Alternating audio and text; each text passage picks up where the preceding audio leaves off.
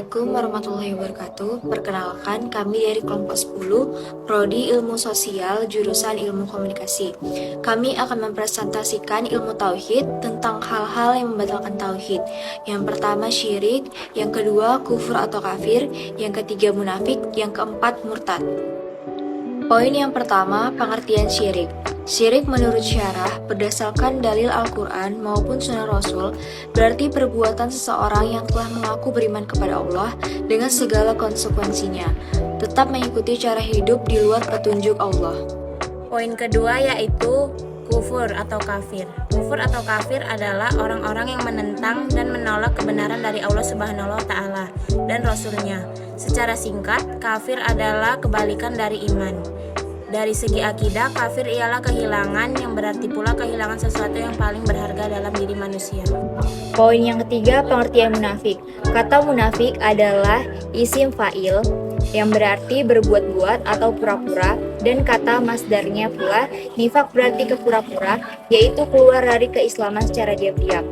Di dalam kamus Al-Mujam Al-Wajiz menyatakan demikian bahwa munafik berasal dari kata nafaka, berarti menzahirkan apa yang berlainan dari batin.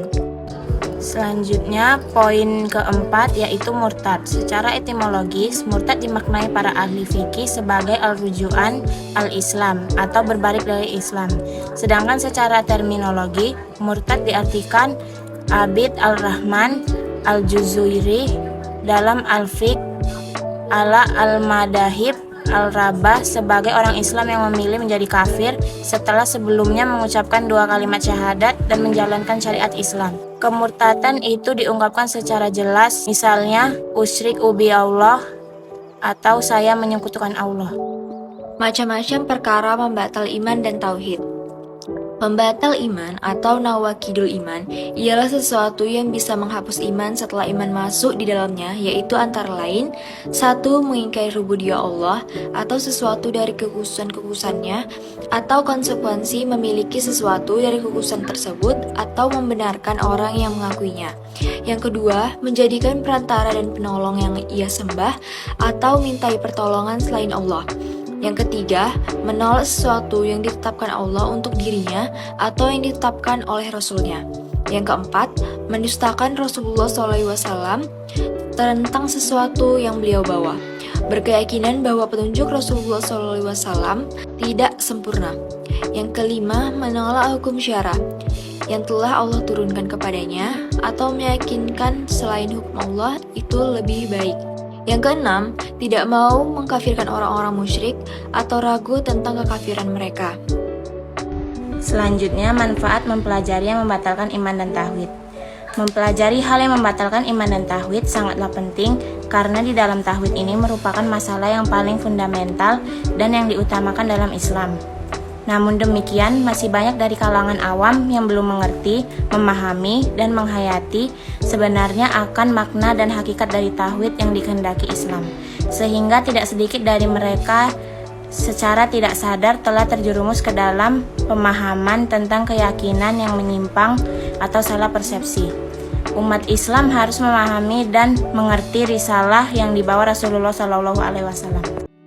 Kesimpulan dari presentasi kami yaitu hal-hal yang membatalkan tauhid ialah syirik, yaitu membuat atau meyakini adanya keyakinan selain Allah, kufur atau kafir yaitu enggan mengakui keesaan dan wujud Allah Subhanahu wa Ta'ala serta kebenaran yang disampaikan dan Rasul-Nya, dan mendustakan hari kemudian.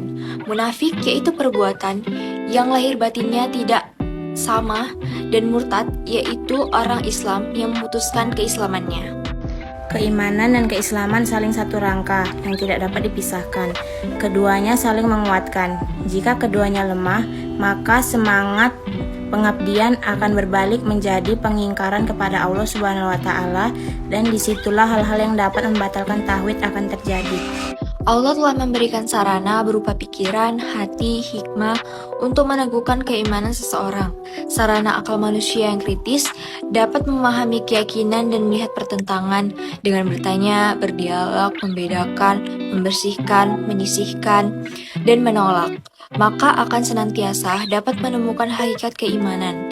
Selanjutnya akan meningkatkan keimanan seseorang dan dijauhkan dari perilaku yang menyimpang maupun hal-hal yang dapat membatalkan tauhid. Sekian video presentasi dari kami. Saya Sakila Devina Amanda dan teman saya Naila Anindya. mengucapkan terima kasih. Assalamualaikum warahmatullahi wabarakatuh. Jangan lupa like, comment, and share ya teman-teman. Terima kasih.